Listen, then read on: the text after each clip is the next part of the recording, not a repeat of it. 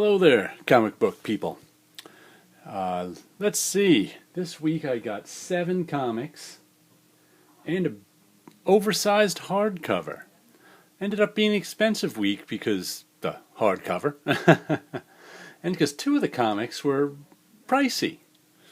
But let's start with Wayward number 9. Wayward, been a good series. Sort of the first story arc. That's a funny drawing. The first story arc introduced our main character and a few team members. I guess you can call them a team. It takes place in Japan. They're involved with Japanese mythological creatures, and I think they're the new generation of Japanese mythological creatures. So they've all been meeting up in Japan, and our main character from the first story arc disappeared at the end of the arc and just came back last issue, so now I think she's meeting some new members of the team. So we'll see how these new Japanese mythological creatures fare against the old ones. Then comes the Fade Out number 7 by Brubaker and Phillips. I love the Fade Out. I really liked last issue. I think I've really liked all the issues. There's your cast of characters. Takes place in old Hollywood. Murder, studios trying to cover things up. Beautiful artwork. Look at that. Holy cow. I think he draws this all on the computer now, but man, he can draw whether it's on pencil or paper or the computer. Beautiful colors. Fade Out is an old-fashioned noir type story, and this is just one of my favorites. I like everything Brubaker and Phillips do, but this is on the top. Fatale was excellent, but I might like this even better than Fatale, and I really liked Fatale. But anyway, do yourself a favor and get the Fade Out. And it looks like Rasputin is back after a little break with issue number 6. It's been a couple months since an issue came out. Looks like I got an alternate cover. One with sort of, a Matisse cutout look to it. The art, Riley Rosmo always does a nice job. And I think we just went, there's the USA. We just had a time shift in Rasputin at the end of issue 5, where all of a sudden it was historical Rasputin. Now it time shifts to the present day, where I guess we're going to get another Rasputin. So I'll have to see what that's all about. I don't want to show too much because it'll give it away to me too. But because there was, like I said, this is the start of a new story arc in modern day. We'll see where it goes. The Walking Dead, number 143, A Union. Did an issue of this just come out? Is this still on its every 2-week schedule? Walking Dead, we all know this. Ended with a rather strange cliffhanger. Last issue was all about, they finally gotten civilization together enough to have a fair, like a county fair or a town fair type thing. And one of the I don't even know what they call them now, the walkers, whoever these people are who they met over the last couple of years worth of last year's worth of issues, who dress up in zombie skins and hang out with the zombies. Like the leader ended up going to the fair. That was the cliffhanger. It's like the leader of the zombie people is hanging out at the fair. Kind of a weird cliffhanger. Well, The Walking Dead is always a good book. Thief of Thieves, number 29. I don't see many of these out there on in YouTube land. I guess no one's really buying it, but I like it. It's been strong all the way through. It's a caper book. The Thief of Thieves here is every time he thinks he's out being the king of thieves, they drag him back in, and this woman here just stole his name and tried to be him, or at least his reputation, because nobody knows who he is. None of the law enforcement knows who he actually is. Redmond, that's his Thief of Thieves name, I think. And like I said, it's a caper book. It's him having to pull off capers and avoid the police and avoid gangsters and get out of everything alive. And he's got blood on his hands the whole time. Like I said, I can't think of another caper book in comics, so I enjoy it because it's well done. Check it out sometime. And next we have Southern Cross number 4. I know a lot of people bought the first issue and jumped off it, but I've really been enjoying this one. Becky Cloonan. What's his name? Bellinger.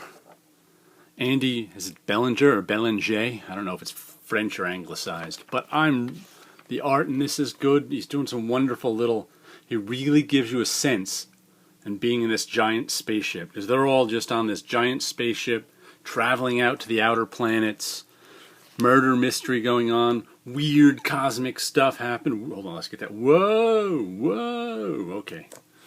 Enough silliness, but this has been one of my favorite new comics. I can't think of any other comic 4 issues old that I've liked as much as Southern Cross, but this is a good one. Check it out.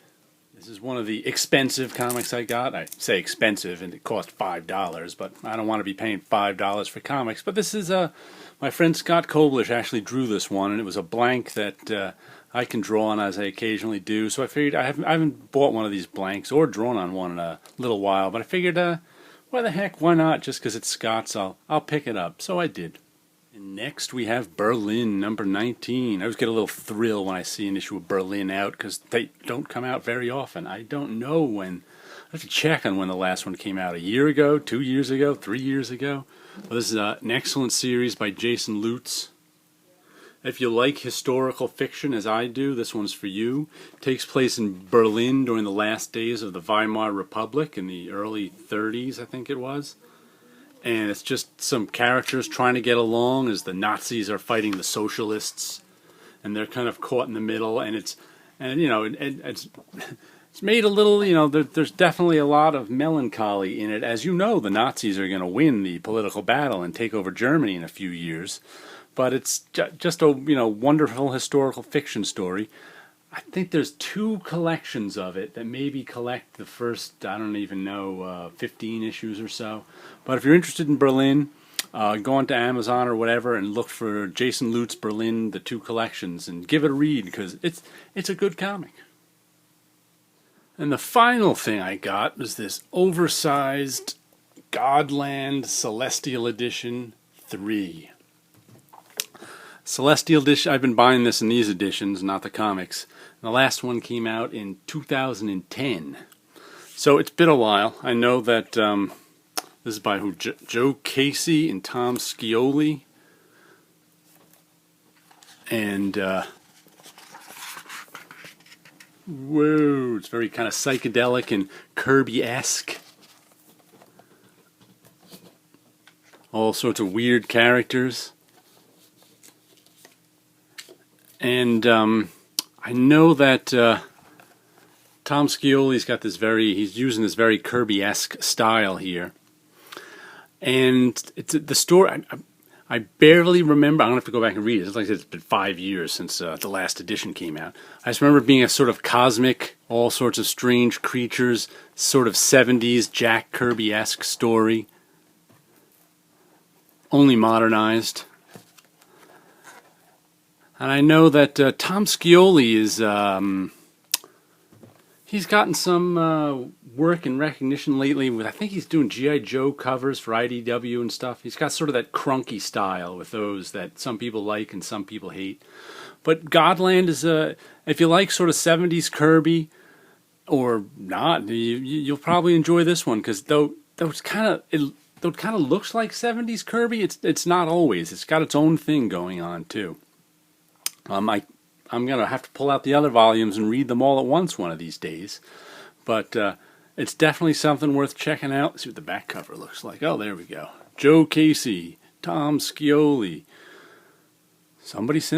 Brad Simpson, Bill Crabtree, Russ Wooten, and Sonia Harris. It's, what was this one? $35. So, $35 for 12 comics, isn't that really, really a bad deal? So that's why I like some of these Ultimate editions or Celestial editions. I think the Invincible ones I get are Ultimate editions. But it's good stuff. You should check it out sometime.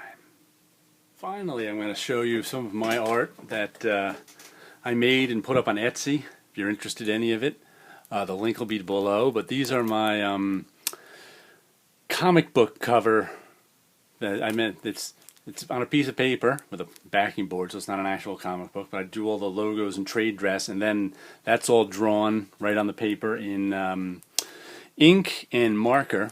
So there's In the Face of Fear, issue 1.